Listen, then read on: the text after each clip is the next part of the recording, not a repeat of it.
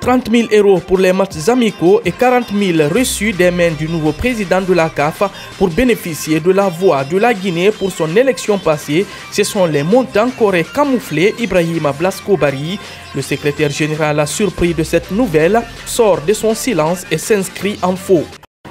Je fais donc le devoir, avant d'entamer mon propos sur cette question épineuse, de jurer sur le serment de dire la vérité, rien que la vérité, mais aussi d'appeler l'attention de tous les juristes de ce pays que mes propos, je les assume, et s'il y a des contre-vérités, je souhaite que les lois de notre pays se saisissent de cela pour que la vérité jaillisse.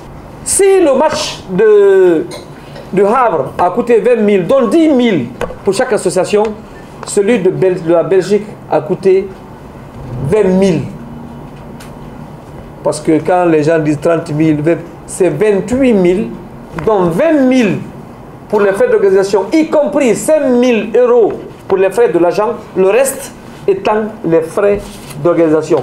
Les 7 500 qui sont rajoutés aux 20 000 constituaient les frais pour les coûts de production du match. Ibrahima Blasco Barry donne ce qui paraît pour lui la vraie information. Revenant sur l'organisation du premier match amical contre le Gabon au Havre, le secrétaire général de la FEGIFOOT rappelle que les négociations ont commencé sous l'ère du comité de normalisation.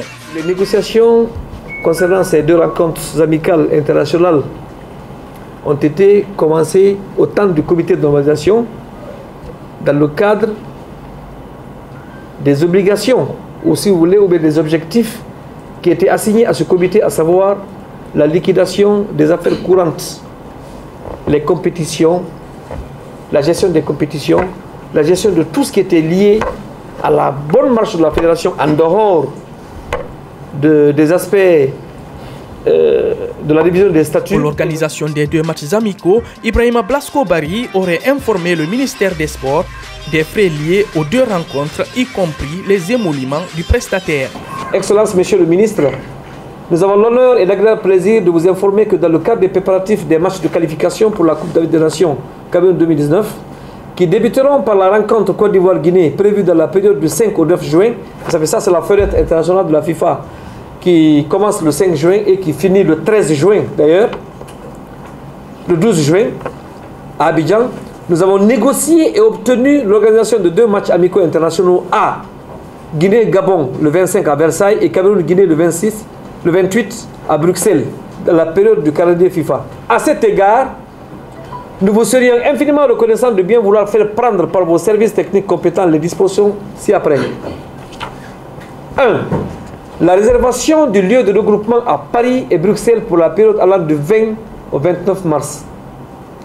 L'établissement d'ordre de mission assorti d'indemnités de voyage pour une délégation de 35 personnes. L'émission des PTA, domicile Paris, domicile pour les joueurs professionnels et l'encadrement technique ne résidant pas à Paris. L'émission des billets d'avion sur le parcours Conakry-Paris-Conakry pour la délégation officielle dont une partie des joueurs et encadreurs prend le départ à Conakry. La location d'un bus pour le transport urbain de la délégation à Paris et Bruxelles. Le règlement des frais d'organisation des matchs amicaux dus aux agents organisateurs FIFA des matchs, arbitrage, location stade, assurance, etc. Le règlement des frais médicaux et pharmaceutiques liés aux matchs amicaux. En comptant sur votre habituelle disponibilité, nous vous prions d'agréer, Excellence Monsieur le Ministre, l'expression renouvelée de notre haute considération.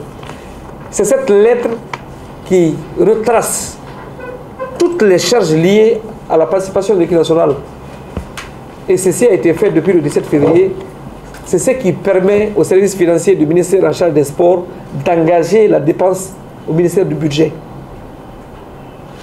Blasco brandit toutes les preuves à la presse pour une question de vérification et va même jusqu'à appeler en pleine conférence de presse son homologue du Gabon. Vous faites allusion au match Gabon qui va jouer le 24 mars dernier.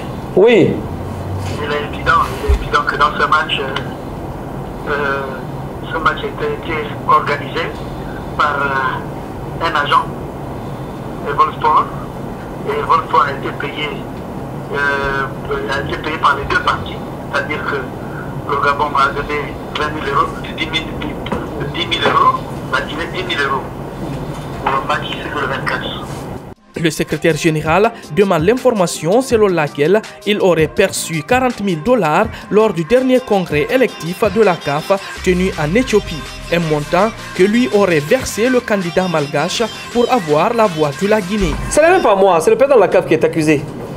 Lorsqu'on accuse le président de la CAF d'avoir donné 40 000 $ pour son élection, ça ce n'est pas un problème de Blasco.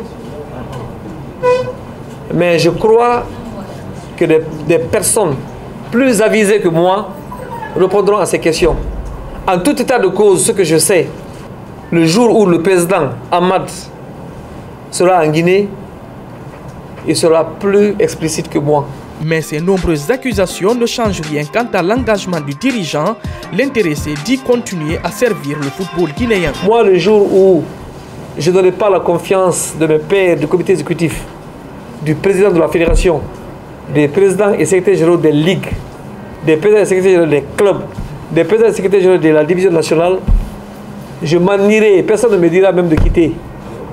Mais tant que j'ai la confiance de cette famille de football qui pense que je peux apporter ma contribution au football national, que les gens fassent tout, ils ne pourront pas empêcher le soleil de se lever.